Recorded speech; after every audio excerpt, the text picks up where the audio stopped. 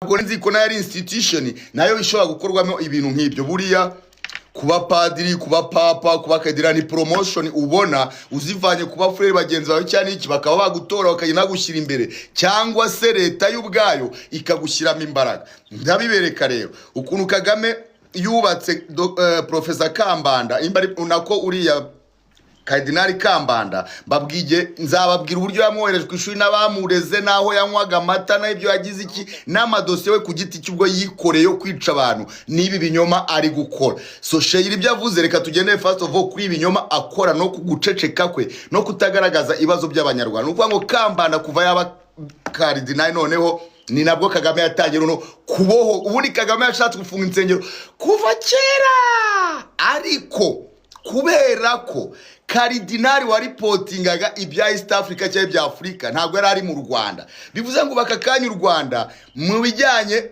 na Kiliziya Katolika ruhagarariwe na FPR aho kugira ngo habe ibe Katolika. Kandi noneho Kiliziya Katolika they don't really know. Ni igihugu cyagukora campaign nka kwa tuyikora mushiki wabo, ntago abari bumutore babibaramo nkaho wenda ari ikiri kibyisha inyuma, babona ko nyiri igihugu kiragufana cyagukore campaign. So mu gihe u Rwanda rwakoraga campaign Kambanda bagatanga ruswa mu bakardinali bose bisi yose, n'uyu papa uyu nguyu wo muri Chicago ari mu bantu bariye kwiriya ruswa ya Kambanda, ariko atari nka nyine yumva umuntu igihugu cye cyamukunze disira gutanga motivation tuzamutore nawe azamuka be Kardinali. Burya bayita ni nka tipu, nta nubwo ari ruswa ko mute bayariye hari amafaranga kugira batore uriya muntu. Abantu bagomba kumenya kuba Kardinali cyangwa kuba president cyangwa kuba ministre cyangwa kuba uyoboye abandi ni campaign, ni ibintu, ni project zikorwa n'abantu.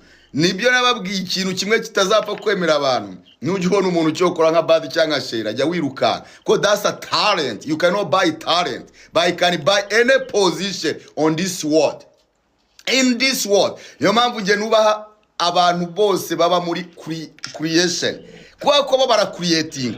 Ntago abaremera ikintu ngo kibitirwe cyangwa gifate. Ntago ushobora kuzuvuge ngo ndi badram ngo byemere. Ntago ushobora kuzuvuge ngo ndi iki ngiki, oya byo ntago urabiharanira. Imbari filmu zikine ntago ushobora kuzuvuge ngo ndi Haruna Niyonzima, ntago wabyuka bitovuge ngo ndi Haruna Niyonzima, ntago byashoboka. Ariko ushobora kubyuka mu gitondo ukaba Kambanda, ibyo byo ndabikubwiye. Ushobora kubyuka mu gitondo ukaba Mubaraka, ushobora kubyuka mu gitondo ukaba Olivier Nduhungire, kuko ni campaign nka Olivier Nduhungire aba yaragiriwe campaign n'icyo akanateguruka avuga ati akanaga hutu tuzakoresha kakagenda kakatumarira abo bahutu bene wabo uhereye kuri base na base wabo, bakaraka avuga ati iki cyantuza ni ikintu cy'igihunzi cya Juste cy'ikigoryi kiri aho ngaho nitukizana kikaba premier ministre, ntago gishobora kwanga gusinya amadosiye yinjiza amafaranga mu bigo bya Kagame cyangwa bya Janete, nta nubwo azanga gusinya amategeko yica abanyarwanda cyangwa gusenya amadini, cyangwa se ngo yange umushinga wo kwigisha ingenga bitekerezo ya genocide yo kurema indi genocide nshyashya bari gutegura, ngo uyu premier ministre abireke kandi umuntu w'igisambo w'ikigoryi wari uri mu mpunzi w'intera muri aho ngaho. So ibyo bintu biba byarateguwe, abaturage mugomba kwimenya. Ntago kuba Kambanda ari Kardinali ntago ari uko yabaye ku mavi, ahubwo naho basengeraga nibyo shera avuze hagiye hafungwa. Obaridi we ashobora no kuba yarishwe n'ubwantu bakeka ko Obaridi yapfuye. Obaridi bazakurikirana ibyo kandi nabyo nzayibabwira. Rero bizajya bituma rimwe na rimwe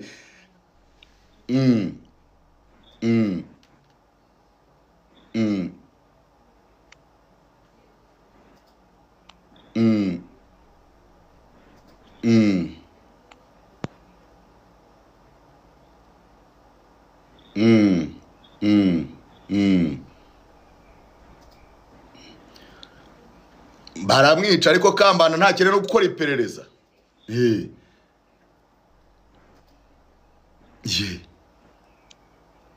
Yes. So yego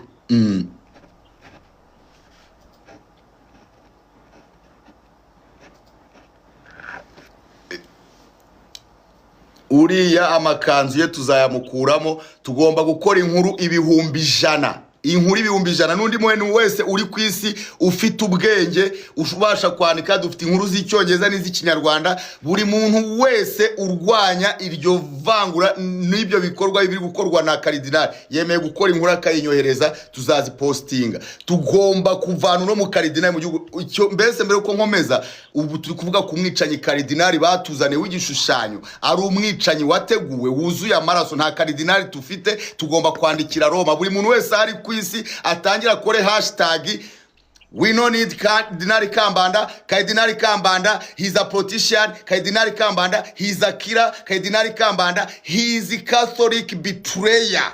Iriya Karidinali tugomba kuyikuraho. Narababwiye FPR ibyo yigize, ntago abantu bigeze bamenya uburyo bashobora kurwana n'intera nako nabicanye nk'aba ngaba. Ntago Kagame nuwo mwanda wanyu muzavaho bwa nyuma, ariko iyo myanda ye yose yazanye tugomba kuyisenya tukanayitwika. Nukuvuga ngo Karidinali Kambanda anyuze imodoka bayitera amase cyangwa amabyi. Karidinali Kambanda ni umwicanyi wateguwe na FPR aza gusenya Kiliziya Katolika mu Rwanda, kugeza naho ibyabaye mu Rwanda byo gufata politiki akivanga n'amatorero byakozwe bikananyuzwa kuri cano ya Kiliziya Katolika, kandi havuga umuntu wa ADPR. Aho twahisanze gute? Ntago ndarangiza yanjye, turahinjira. So ngereka ntanga urugero rw'uburyo n'insenya